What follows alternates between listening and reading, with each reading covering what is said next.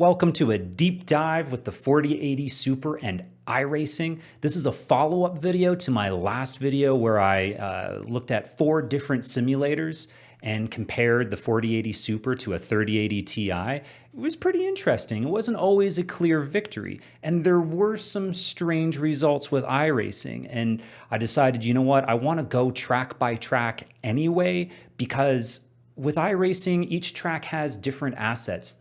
They're updated individually with laser scans and 3D curbs and foliage, things like that. So I want to look at that a bit more closely. But first things first, I have to say thanks to the new subscribers. 91 of you have joined since last week. Like, holy Radeon. It's so cool. It's so cool to have everyone along the ride. And as you know, I'm pushing towards 1,000 subs to get a new Radeon. If you subscribe to the channel, once I hit 1,000, I'm out the door. I'm buying a 7,000 and something. I'll ask you guys what you want to see. Here are the cards I have today. The 3080 Ti 12 gigabytes going used for about $550 compared to the $1,000 for a 4080 Super 16 gigabytes. Hitsy made a great comment about the memory bus and the difference in bandwidth, especially because it's 256-bit on the 4080 Super compared to 384-bit on the 3080 Ti. Here's a quick and dirty chart showing memory bus and the card lineups that are out there. Note that the 4070s are only using 192-bit except for the Ti Super. That will present an issue at triple 4K and might even affect results at triple 1440p. I expect the 3080 Ti to perform somewhere between the 4070 Ti and the Ti Super. Now in the last video, we noticed some unusual results with the 4080 Super and Surround 4K. It didn't always beat the 3080 Ti, especially in iRacing. And that's when I decided, you know what, I need to do a more detailed follow-up video on this. And that's where we are now. And when I did that investigation, what I discovered were some frame spikes in the frame time analysis. And you can see that here. It's supposed to look more like this. So how did that happen? Well, it's really simple actually. After enabling NVIDIA Surround, I forgot to restart the operating system, and you have to do that. NVIDIA Surround is creating a singular canvas to which Windows is going to create its desktop in it. And if you don't restart your computer, you can get some strange behavior, and I forgot to do that. Now, it didn't change the FPS averages, maybe a % or 2, but it did affect the GPU busy, and it was kind of a red herring. So when I made that correction, those GPU busy percentages now look more normal. When it comes to the system specifications, not much has changed in this round of testing. What you will notice is in the bottom right, I'm using different GeForce drivers for the cards. With the 3060 Ti, I noticed no performance difference in upgrading the drivers, so I mix and match. With the 4080 Super, NVIDIA forced my hand because I ran into driver issues. There was a hotfix driver. I mean, there's been 4 versions of drivers in the last month since it was released. What's most interesting is the newest drivers, version 551.61 with the 3080 Ti. I was flabbergasted. I was so surprised to see that there is a performance decrease, at least with my card and my test systems, when I upgraded from the 551.23. There was a 7% drop at Charlotte Roval, a 6% drop at Mugello, another 6% drop at Rudskogen, I don't know how to say that yet, and a 7.4% drop at Suzuka. And so now I'm kind of caught in a rock and a hard place. I don't want to go through all of the previous performance results I have for the 3080 Ti just to knock its performance down, because any person that upgrades to this newer driver and they see worse performance in iRacing, they're just going to revert back to the old driver.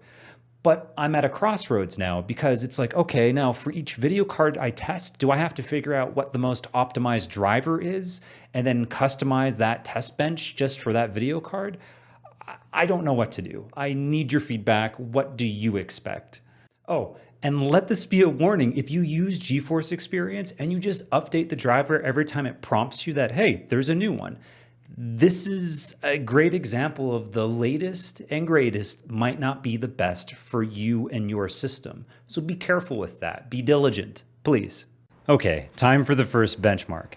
Just to describe the lay of the land here, top left I have a little box that shows track-specific information, when the last update was, and I consider this like a major update, not like changing pit boxes, but something that actually affects the rendering of the track. Then we have 3D curbs, does that track support it?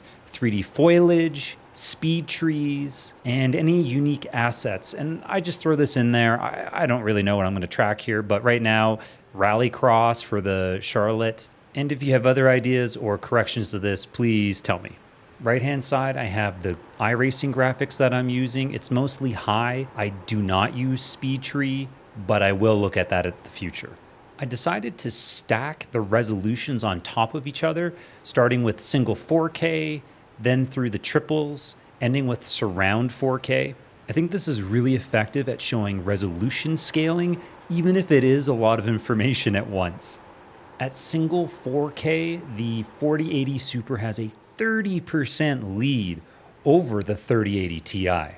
When we go to triple 1080p, this is the only benchmark where performance actually goes up. Not just for the 4080 Super, but all of the cards benched. The 4080 Super's lead over the 3080 Ti diminishes as we increase the resolution, and when we finally get to surround 4K, it actually loses out to the 3080 Ti. The 3080 Ti has an 8.7% advantage over the 4080 Super, which means even if I run the latest drivers, it's still going to win. This is an older track, a smaller field, high FPS at other resolutions. Maybe this is the situation where that fast bus of the 3080 Ti and all of its memory bandwidth is an advantage. Flipping over to the GPU busy chart, yes, this is really a lot of data going on. This chart's most useful for finding anomalies, in which case the VRAM usage looks fine for all of these cards. It's not surprising to see the triple 1080p GPU busy show that the cards are not being utilized as much as the other resolutions. Technically, this is the lowest resolution, so the cards are going to lean into the CPU a bit more, so there isn't much to talk about here. Sticking to the same track but with a different layout, we're at the Roval, this time with GR86, 19 cars on track. The 4080 Super has a 20% lead over the 3080 Ti at single 4K, pushing out over 268 frames per second. But when we go to triple 1080p, that FPS advantage has been reduced. The 4080 Super only leads by 6%. At triple 1440, the 4080 Super jumps up again to 22% lead over the 3080 Ti, and then at surround 4K, it's reduced. In fact, the 3080 Ti pulls ahead by a few points. The VRAM and GPU busy chart doesn't reveal too much, but it does show at triple 1080p, the 4080 Super was probably waiting on the CPU. 74% of the time it was doing work, but 26% of the time it was waiting. Next up is Daytona, the road course, and it last saw an update in 2022, Season 1, so about 2 years ago, and it was a big texture and road surface overhaul. It doesn't use the new iRacing assets like 3D curbs or 3D foliage. However, we're very much looking at a CPU limitation here with 50 cars on track in this IMSA replay. I do not have shadow maps enabled or nighttime shadow maps, but if I did, I'm sure we would see sub 100 FPS from these top video cards. The 4080 Super and the 3080 Ti have nearly identical performance up until surround 4K. The 4080 Super is 20% faster at this resolution and only performs 9.5% slower than how it did at triple 1080p. In future GPU testing, I think this scenario is only relevant at triple 4K or surround 4K. The VRAM GPU busy chart looks a little confusing only because it's a coincidence that the VRAM percentage and the GPU busy percentages that we see are so closely related on several lines. It is worth noting, however, the 3080 Ti at surround 4K is basically using all of its VRAM. Up next is Mugello, a new track introduced in Season 1 2024. I first raced this track in Forza Motorsport 2. That goes all the way back to 2007. And I'm going to call that a simulator. I think it was ahead of its time, okay? It got me into sim racing because I went out and I got an Xbox 360 Elite, the Microsoft Xbox wireless wheel, which wasn't wireless, and I got that game. Sorry, that sim. Anyway, I waited a long time for iRacing to finally laser scan this track, and I think it is awesome. This track also features iRacing's new 3D curbs. I honestly think you can tell the difference. I think it is so cool to roll over them into the gravel, into the grass, back to the tarmac. It's phenomenal. The 4080 Super performs extremely well here compared to the 3080 Ti. It's 25% faster at single 4K, 28% faster at triple 1080p, 27% faster at triple 1440p, and 21% faster at surround 4K.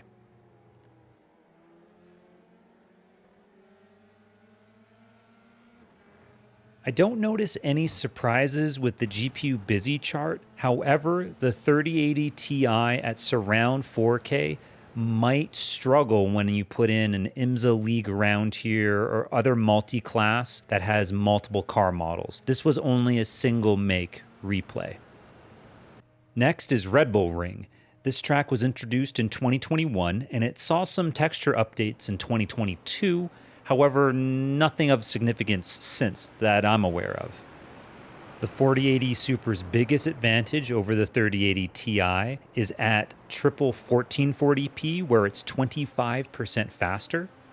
It's also 15% faster at single 4K, about 13% faster at surround 4K, but at triple 1080p, it looks like we're running into another CPU limitation here. It's only a few points ahead of the 3080 Ti. Switching over to the GPU busy chart, and yes, it is revealed at triple 1080p that it's waiting on the CPU, just like we saw at the Charlotte Roval.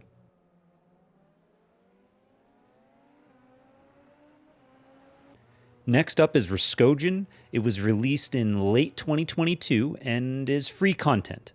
It doesn't use any new iRacing technology that I'm aware of. However, I thought I read something about the shadowing and the boulders and stuff. But anyway, here are the results. The 4080 Super's performance is very impressive. Over 300 FPS at single 4K and over 300 FPS at triple 1080p. Unlike what we saw at the Red Bull Ring, this actually doesn't have a performance hit when it went to triple screens. It actually has a 38% advantage here at triple 1080p and 28% at triple 1440p. The 3080 Ti is only about 8% slower at surround 4K, but if I use the latest drivers like I did with the 4080 Super, it would actually be closer to 15% slower. There are no surprises when it comes to VRAM utilization, and the GPU busy looks fine. Next up is my Sebring torture test. This is a very intense week 13 race that I captured the replay from back in 2022, and the track received a big update in the beginning of 2023. It has 3D foliage. I think it has speed trees as well. Again, I'm not using those, but was kind of making an assumption. I assume my replay is using the most recent version of the track, but maybe it's not, so I'll have to look into that later.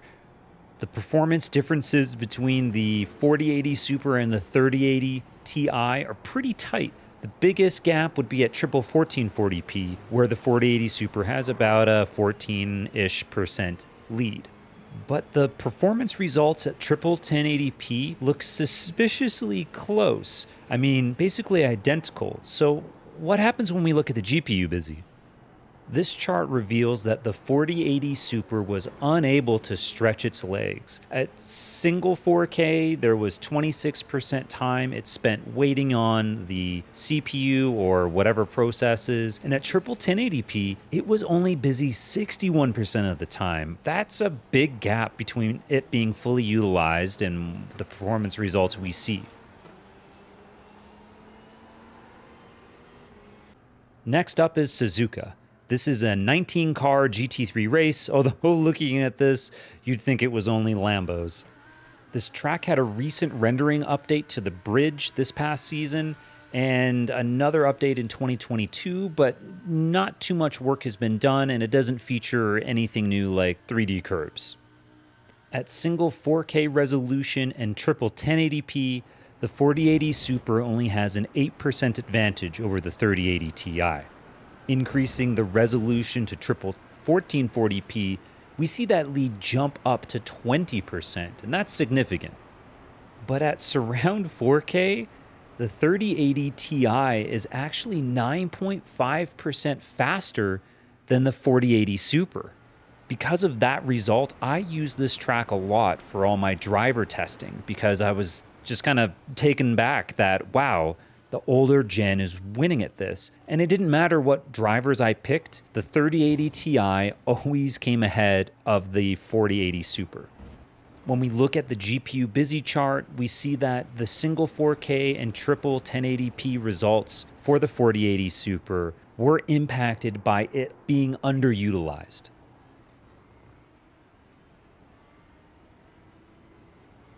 Talladega with trucks is the penultimate benchmark we're talking about today, and it's an older track. I couldn't find any recent updates from the last 4 years. Compared to the other benchmarks that we've had, this one has a really tight field that's running very closely together, and that does impact performance, having so many trucks to render at close distance. The biggest lead for the 4080 Super comes at triple 1440p, where it's at 226 frames per second. That is an impressive performance and a 15% lead over the 3080 Ti.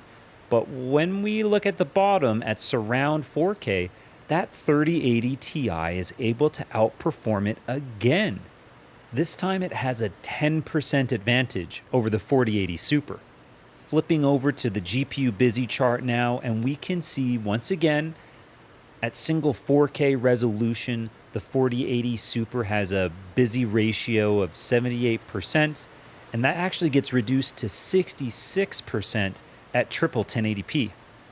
Even though the 4080 Super has poor performance at surround 4K, it has a fairly high GPU busy ratio, so we can't exactly point it to that.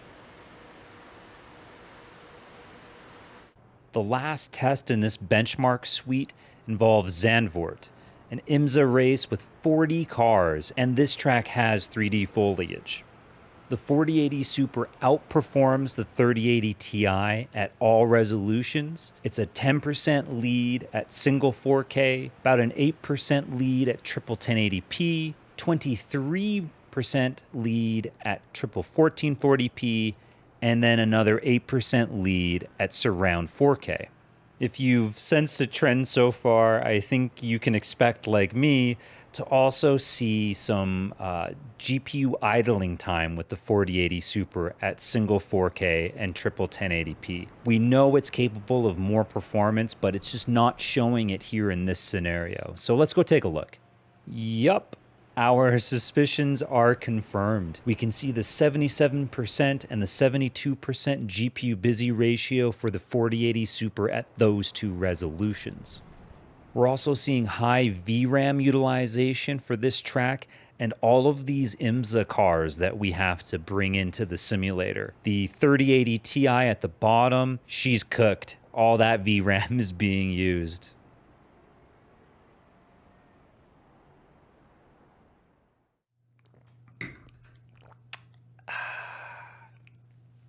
Okay, let's try to draw some conclusions from this. One way to do that is with a glorious pivot table, and that's what I'll show on the screen now. This is a breakdown of all of the tracks and all of the drivers that I used. So this is a total mashup. There's apples, oranges, some grapes in here, but we're getting the full picture. And what we're seeing is that at single screen 4K, the GeForce 4080 Super has a 17% advantage over the 3080 Ti. That diminishes at triple 1080p to just 12%. It jumps up to where it looks best for the 4080 Super, and that's at triple 1440p, where it has a 20% advantage. And then I guess the biggest surprise, and what's perhaps misleading here, is surround 4K. And that's where the 4080 Super has a 6% advantage, because where it won a lot. Where it lost, it didn't lose by as much in the previous charts that we saw. When we just look at the newer tracks that use that 3D technology, I mean, the FPS drops because these are more intense car scenarios, but we do see the advantage go to the 4080 Super, at least outside of single screen. And one final point, the 4080 Super is using 25% less power and obtaining these results. That is very impressive. So the last bar chart I'm going to show here, I promise it's the last one, is coming from a couple questions that I had. One was, why don't I show some testing with FSR? So I thought, okay, sure, I'll do that. And then the other question was, maybe some of this unusual result from the 4080 Super is actually related to the Intel processor. So why don't I try the 7800X 3D? So this chart is only showing Suzuka replay with surround 4K. This is where the 4080 Super lost significant ground to the 3080 Ti.